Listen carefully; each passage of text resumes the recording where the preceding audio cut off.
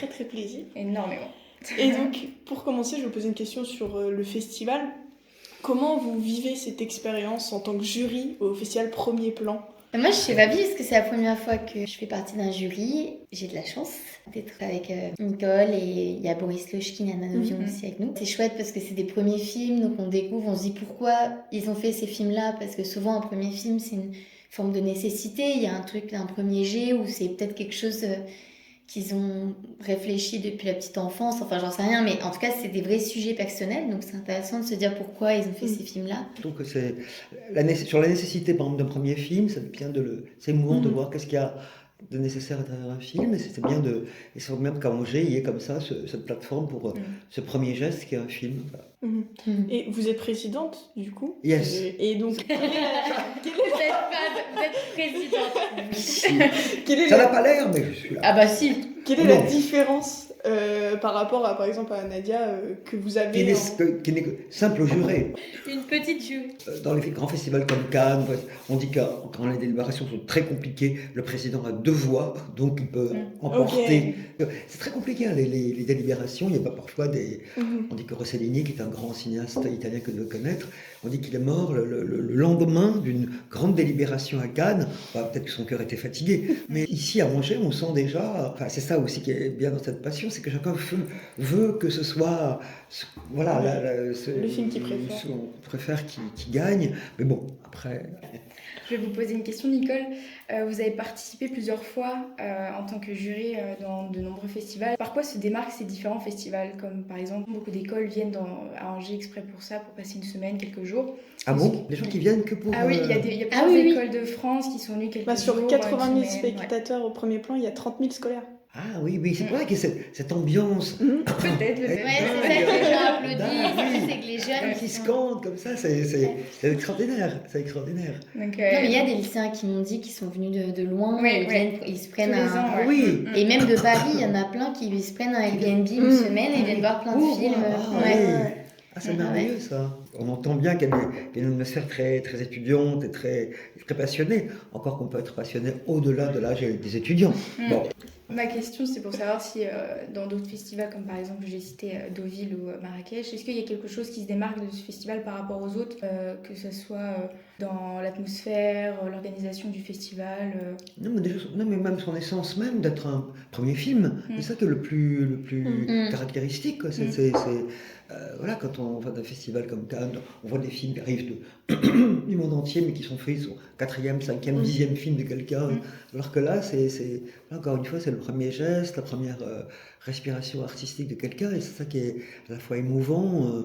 On sait qu'il y a quelque chose de très nécessaire dedans, et en même temps, il y a une fiction qui enrobe ce qui a été cette nécessité. Donc, ça surtout, quoi. Une autre question sur les jurys. Comment ça se passe vos débats entre vous pour débattre sur les différents films que vous venez voir, les différentes catégories On se bat.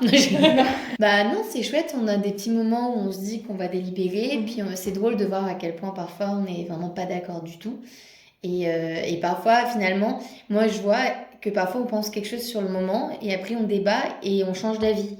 Et c'est pas qu'on n'a pas de personnalité, c'est juste que parfois, le fait d'échanger, ça permet aussi d'ouvrir le regard et soit être convaincu, soit carrément changer d'avis. Je trouve ça intéressant de ne pas oublier l'émotion qu'on a eue, mais c'est intéressant aussi de se laisser convaincre et de comprendre, surtout quand on a le regard de grands cinéastes. Moi, je trouve ça intéressant d'écouter, de me dire oui, c'est vrai. Sachant que moi, j'essaye d'être positive, c'est vraiment une chance de pouvoir échanger, quoi. Mais ce qui m'arrive chez Nadia, c'est qu'elle est la plus jeune d'entre nous. Elle a une adhésion au film plus immédiate, plus sensible immédiatement. Et ça, c'est assez... Moi, ça m'aime beaucoup. Et comment ça se passe ? Donc, juste après la fin du film que vous avez vu le soir, vous vous retrouvez autour d'une table ronde, vous discutez ? Oui, on discute tout le temps. Un peu tout le temps. En marchant, en revenant. Dès qu'on a vu un film... il est en discussion, quoi. Et quand il y en a un qui part, on dit vous ne parlez pas. Voilà. Une question pour vous, Nadia. Dans Les Amandiers, vous jouez le rôle d'une personne qui est dans une troupe de théâtre. Et donc, on sait que les jeux d'acteurs entre cinéma et comédiens de théâtre, c'est quand même très différent. Donc, comment vous avez fait pour réussir à changer, à switcher de jeu, de passer de jeu de théâtre à jeu de cinéma ? Bah, moi, j'ai jamais vraiment fait de théâtre, donc je l'ai pas vu de manière différente. Après, on a beaucoup travaillé avec Valéria. Ce qui était génial, c'est qu'on a eu 4 mois de travail théâtral. Donc, on a travaillé toutes les pièces. Je m'en souviens qu'il y avait un tout petit moment de Platonov et moi, je connaissais toute la pièce. Donc, c'est vrai que j'avais l'impression d'être chargée de pas tricher parce qu'on avait vraiment travaillé. On répétait comme au théâtre. On faisait des lectures de table comme au théâtre. Enfin, donc, j'ai fait un peu mon premier apprentissage. Comme si je faisais une école de théâtre avec Valéria.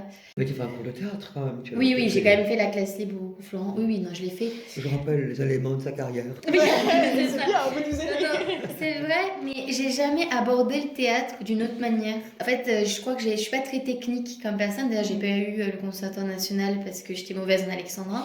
Je suis pas très technique, donc j'essaie juste de croire en ce que je fais et du coup, je vois pas de différence en fait. Et ça marche. Donc, Nicole, une question pour vous maintenant. On voit de plus en plus dans des personnages de séries, par exemple Alphonse, dans Lupin aussi, dans Tout va bien. Donc, est-ce que c'est un domaine qui vous intéresse? Est-ce que vous envisagez d'en écrire? La question est intéressante. Je sais pas. Écrire une série, j'ai plus l'habitude du très long cours quand même, qui est déjà un long métrage. Je sais pas si ça me conviendrait. Ou alors, vraiment, que je tombe sur quelque chose qui... Moi, je passe tellement de temps dans l'écriture d'un long métrage que je voudrais pas dédoubler ce temps dans une série. Donc, il faudrait qu'on me propose quelque chose déjà fait, quoi. Mais pas de me lancer moi. Sinon, quand est-ce que je sortirai de... Voilà. Je trouve que c'est super les séries, mais je trouve que quand il y a des cinéastes comme toi, je trouve que c'est dommage d'aller dans la série quand on sait aussi bien maîtriser le long métrage. Enfin, moi, par exemple, je suis très long métrage, j'aime le cinéma, j'aime aller au cinéma. En fait, c'est très différent. Enfin, c'est un autre travail, la série. Et après, le seul truc que je trouve intéressant dans la série, c'est qu'on peut exploiter un personnage vraiment. On peut le suivre, il devient très complexe. S'il est fait par des cinéastes qui veulent aller explorer les personnages, là, c'est intéressant. Mais faut pas perdre quand même les longs, quoi. D'accord, oui. C'est pas parce qu'on n'est pas spectatrice de série qu'on sait bien que c'est très... Non, mais bien sûr, là je parle pour moi. Mais c'est vrai qu'on a vu un film par exemple qui dit bien quelque chose de notre société, où dans un dîner, tout le monde, t'as vu cette série, et les séries en cachent une autre, et une surenchère dans la série. Je suis d'accord, et puis il y a quelque chose de sacré, je trouve, dans le fait de se dire, je réserve mon jeudi soir, et je vais au cinéma, je vais avec quelqu'un, ou tout seul, je prévois un film, enfin, je trouve que la série, ça peut être quelque chose qu'on fait chez soi, qu'on regarde, qu'on mange en même temps, on se lève, on revient. Alors que le cinéma, c'est quand même un truc d'un moment qu'on sacralise, quoi. Et je trouve ça important de garder ça. Bah justement, on avait une question vis-à-vis de ça. Est-ce que vous pensez que les sites de streaming Netflix, Amazon Prime, Disney+, etc., ils peuvent vraiment exister durablement en parallèle du cinéma, ou est-ce que ça risque de nuire au cinéma parce que les personnes vont rester chez eux à regarder Ah, c'est sûr, c'est en danger. Ouais. Ah bah oui. Mais le cinéma, c'est qu'il existe depuis le Frères Lumière, mais il est menacé par beaucoup de choses, mais il survit pour l'instant de manière assez... mais c'est vrai que... Moi, je crois quand même, je suis assez positive sur ça. En fait, je crois quand même que... Parce que pendant le confinement, évidemment, ça nous a sauvés. Mais parallèlement, je pense quand même que l'expérience de cinéma, ça peut pas être remplacé. Parce que si quelqu'un aime aller au cinéma, il aimera toujours aller au cinéma. Et j'ai quand même confiance. Et là, comme on voit comment les salles, ça réexplose, j'ai quand même espoir qu'on peut vivre avec les deux. Grâce aux plateformes, il y a aussi beaucoup de financement fait pour plein de nouveaux films. Donc évidemment que c'est complémentaire. Enfin, j'espère que c'est complémentaire et que ça va pas nuire l'un à l'autre. Ok. Et donc, une question pour vous, Nadia. Quelle a été votre première pensée à la suite de la victoire des Césars en 2023 ? Est-ce que vous avez senti que votre carrière a pris un nouveau virage ? Non, pas vraiment. Enfin, je l'ai pris pour... Un virage à 100 degrés à 100, ça non, mais par contre, je l'ai pris comme une récompense pour tout le travail qu'on a fait sur ce film. Et il y avait besoin parce que la sortie du film a été tumultueuse. Donc, moi, j'ai vraiment pris ça pour toute la troupe. Et je me suis dit, c'est chouette d'être encouragée et de se dire qu'il y a des gens que j'admire dans le cinéma qui m'encouragent. Oui, j'avais découvert Nadia dans Seules les bêtes de Dominique Moll. Ok, donc au tout début.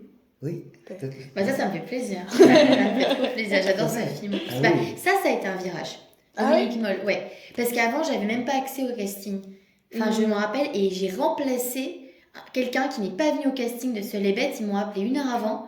J'étais en cours. Et j'ai couru, je suis allée au casting et je me souviens que c'était à l'époque une acrobate. Quand j'ai fait le film, c'était devenu une serveuse, mais à l'époque, c'était une acrobate. Et je me souviens que j'avais passé ma scène, c'était une toute petite scène et donc il n'y avait rien à prouver. Et j'avais dit ne coupez pas la caméra et j'avais commencé à faire des grands écarts. Et Dominique Moll m'a dit qu'il a rigolé après. Et du coup, c'est pour ça que j'ai passé le deuxième étape. Mais j'étais là, regarde, j'ai New York, je faisais je peux être acrobate, regardez. Tellement je voulais avoir une possibilité de repasser le deuxième tour du casting.